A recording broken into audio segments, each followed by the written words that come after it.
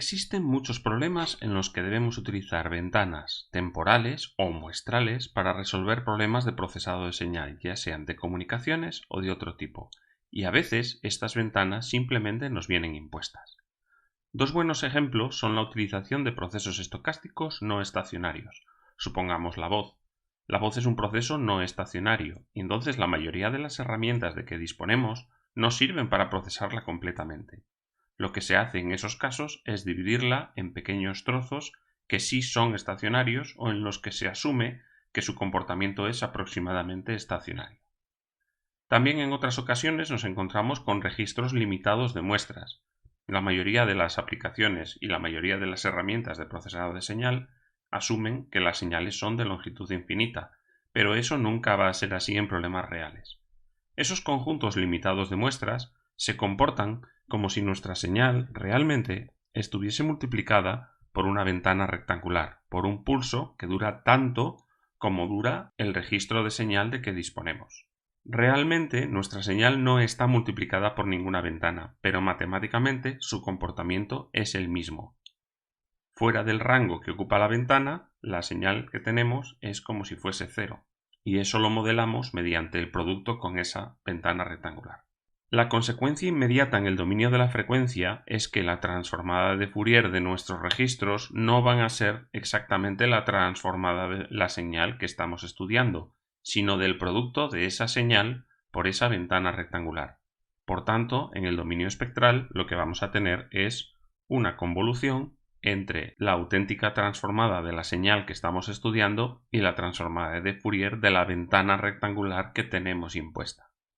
Por tanto, el espectro de señal que vamos a obtener, o en su caso la densidad espectral de potencia, va a estar afectado en gran medida por las propiedades espectrales que tenga la ventana rectangular.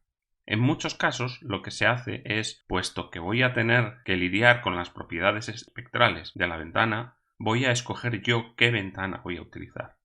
Por eso se cambia la ventana rectangular y se emplean otras como las ventanas de Hamming, ventana de Hanning, etc. Existe una gran variedad de ventanas. La imposición de una ventana o la elección de una ventana tiene consecuencias directas en el comportamiento espectral y en nuestra capacidad de analizar espectros de señales. Supongamos que tenemos un espectro formado por una única delta, es decir, en la parte positiva del espectro aparece únicamente una componente frecuencial, llamémosla omega sub 0. Nunca vamos a tener este espectro, puesto que nunca vamos a tener una señal infinita. En su lugar vamos a tener la convolución de este espectro con la transformada de Fourier de una ventana rectangular que es una sinc. Por tanto, lo que nosotros vamos a observar va a ser un espectro de esta forma. Si en lugar de tener un tono tuviésemos dos, nos encontraríamos con la suma de dos sincs, una correspondiente a cada uno de los tonos.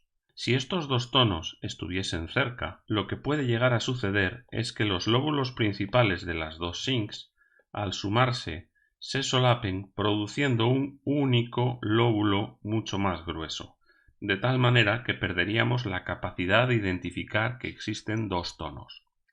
La capacidad de distinguir dos tonos cercanos en el dominio espectral se denomina resolución espectral.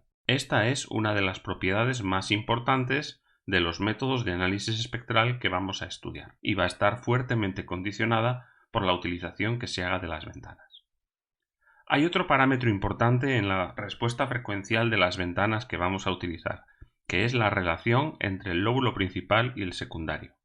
Si consideramos una ventana rectangular, tendremos una relación entre el lóbulo principal y secundario, que es esta distancia de aquí, que está en aproximadamente 13 dB.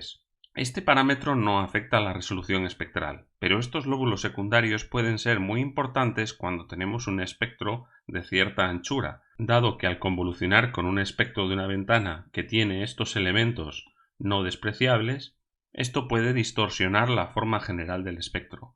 Por eso, en muchos casos se buscan ventanas cuya relación del lóbulo principal a secundario sea mucho mayor. Algunas de las ventanas más utilizadas son la ventana de Hamming, que se define conforme a esta expresión, o la ventana de Hanning, que se define conforme a esta otra.